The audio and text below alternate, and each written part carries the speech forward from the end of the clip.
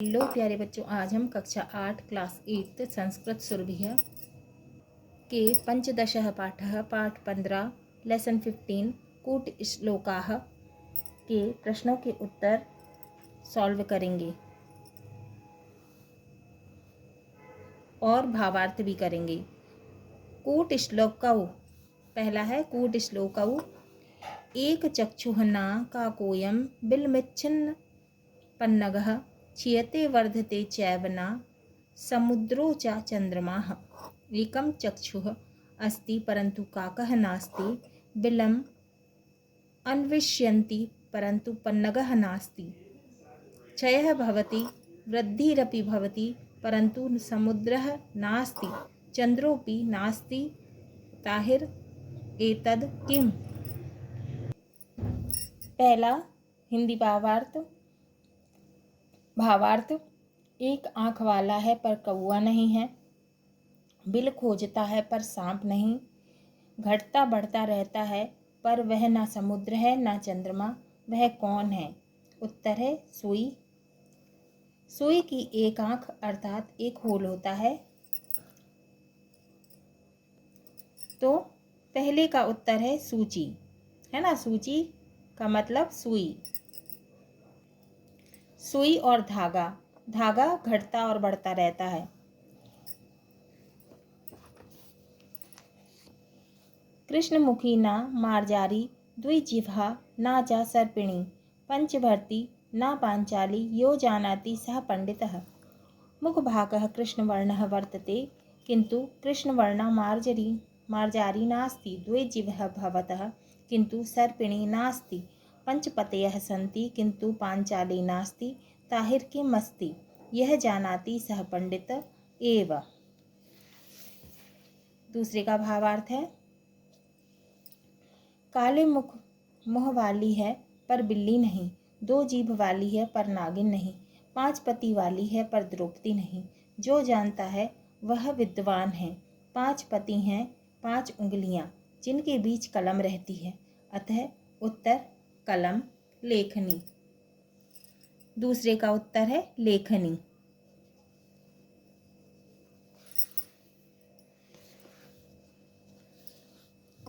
कूट श्लोकः प्रश्नोत्तरम। तीसरा, कम संचघान कृष्णः का शीतलवाहिनी गंगा, के दारपोषण रताः कंबलवंतं न बाधते शीतम।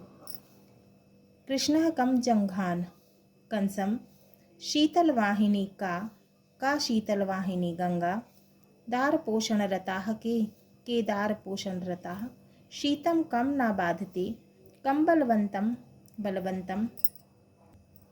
तीसरे का भावार्थ है, कृष्ण ने किसे मारा, ठंडे जल वाली गंगा कौन है, कौन पत्नी का पेट पालता है, किस बलवान को ठंड नहीं लगती। पहला अक्षर जोड़ने पर कंस, का शीतल वाहिनी काशी में बहने वाली गंगा, केदार पोषण रता किसान व कंबल वाला, ये उत्तर मिलते हैं। यहाँ शब्दों का फेर है। दार पोषण रताह के पत्नी के पोषण में तत्पर। चौथा है संख्याकूट श्लोकः, एको न विशन्तिः स्त्रीणां स्नार्थं नर्मदां गता, विशन्तिः पुनरायता, एको व्याघ्रेण भक्षितः। स्त्रीणाम एको न विशन्ति, 19 स्नानार्थ नर्मदां गता, व्याघ्रेण एको भक्षितः, 19 में से एक माइनस 18, विंशतिः 20, पुनरायता। एकः न स्त्रीणां विशन्ति, तो एक 20 स्त्रियां थी और एक नर पुरुष, है ना। एक में 20 जोड़ दिया 21। स्नार्थम नर्मदां गता, व्याघ्रेण एकः भक्षितः, विशन्तिः पुनः आयाता। 21 में से एक को माइनस कर दिया 20, है ना। चौथा भावार्थ, श्लोक के दो प्रकार के अर्थ हैं।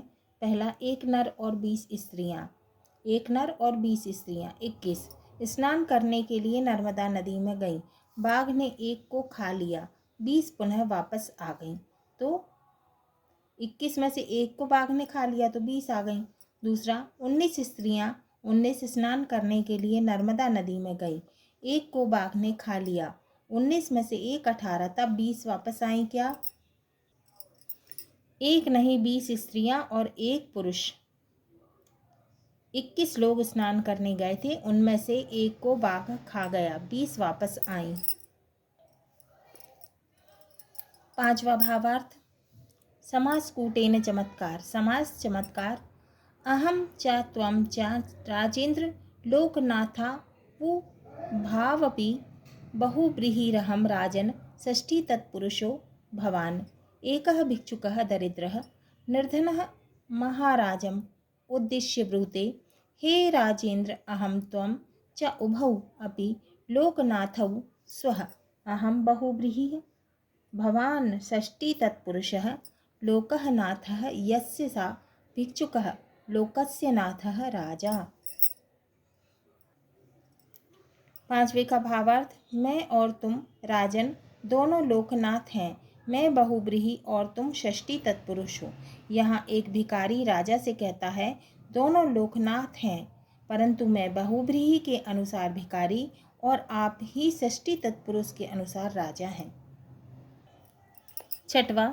द्वंद्वो द्विगुरपि चाहम सद्ग्रहे नित्यम अव्ययी भावः तत्पुरुष कर्मधारय ये नाहम श्याम बहुव्रीहिः।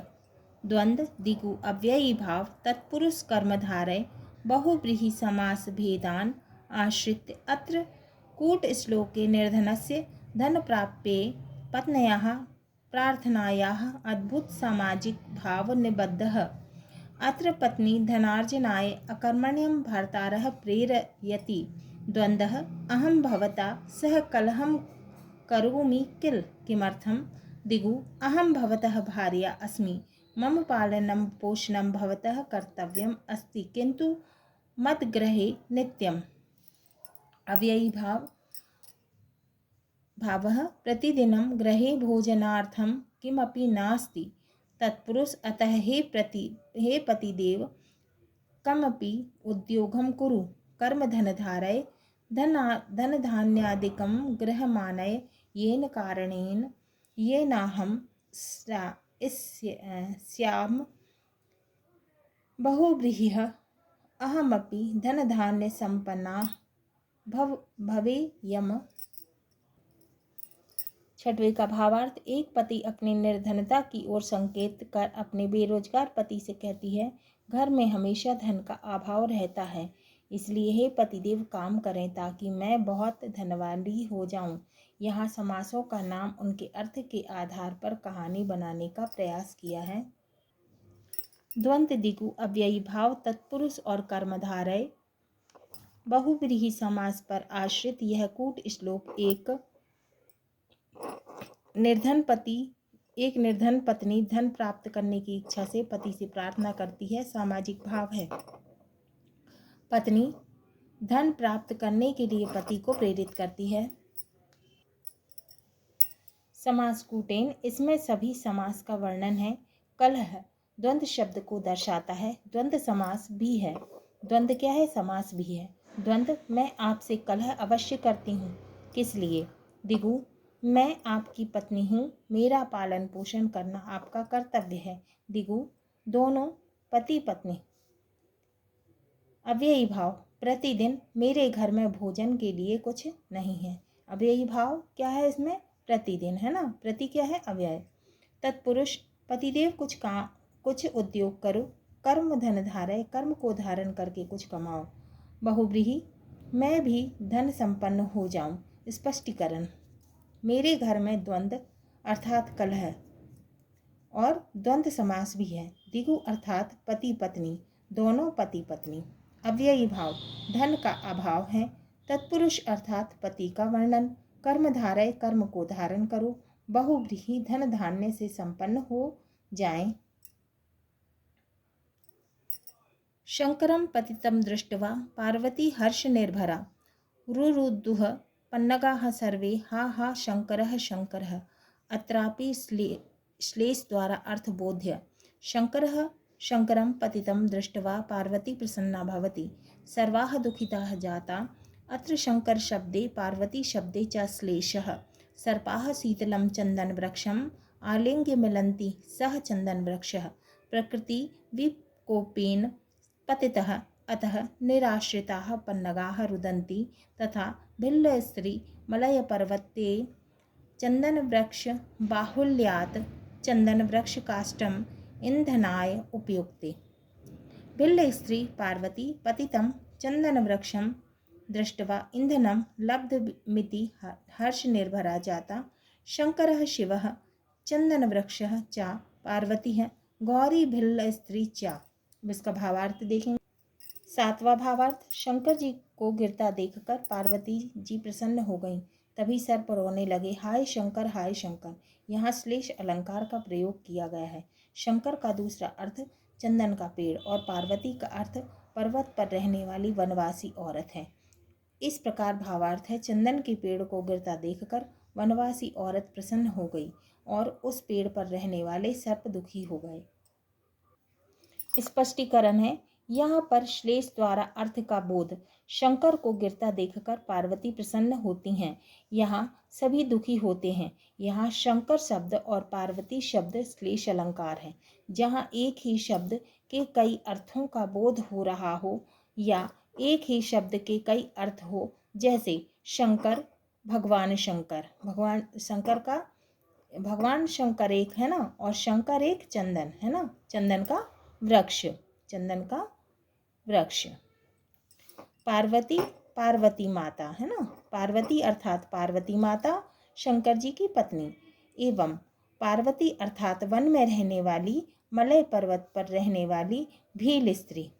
सांप को चंदन के पेड़ में लिपटे रहने के कारण शीतलता मिलती है, माने ठंडक मिलती है। प्रकृति की कोप से चंदन का वृक्ष पेड़ गिर जाता है, अतः इस कारण निराश्रित सर्प रोने लगते हैं तथा भील स्त्री अर्थात पार्वती चंदन वृक्ष पेड़ की अधिकता के कारण चंदन वृक्ष की लकड़ी को ईंधन के रूप में उपयोग करने के लिए भील स्त्री पार्वती चंदन के वृक्ष को गिरते देखकर ईंधन के लाभ की इच्छा से पार्वती प्रसन्न होती है। शंकरः शिव है ना, एक शंकर शिव भगवान शिव है ना, और शंकर एक शंकर है चंदन वृक्ष, तो इसके दो अर्थ हो रहे हैं। शिव भगवान शिव शंकर और चंदन का वृक्ष भी शंकर है ना। पार्वती माने माता पार्वती गौरी माता शंकर जी की पत्नी, और पार्वती भील स्त्री। अब आठवां है, कस्तूरी जायते कस्मात् को हंति कारिणाम कुलम किम कुर्यात् कातरो युद्धे मृगात सिंहः पलायनम्। अत्र चरण त्रये त्रयः प्रश्नाः। चतुर्थे चरणे त्रयाणाम् एव उत्तरं वर्तते। कस्तूरी कस्मात् जायते इति प्रथम प्रश्न, पहला प्रश्न है ना, कि कस्तूरी कहाँ से प्राप्त होती है ना। कारिणाम कुलम कः हन्तिः इति द्वितीय प्रश्नः। कातरं युद्धे किम कुर्यात् इति तृतीयः प्रश्नः। तो आठवें का भावार्थ है, कस्तूरी किससे प्राप्त होती है, किससे होती है? मृग की नाभि से। हाथियों के झुंड को कौन मार भगाता है? शेर है ना। डरपोक युद्ध में क्या करता है? पलायन, भाग जाता है। चौथे पद में इन तीनों के क्रमशः उत्तर दिए गए, हिरण से और शेर और भाग जाना माने पलायन करना। कस्तूरी किससे मिलती है? हिरण से है ना।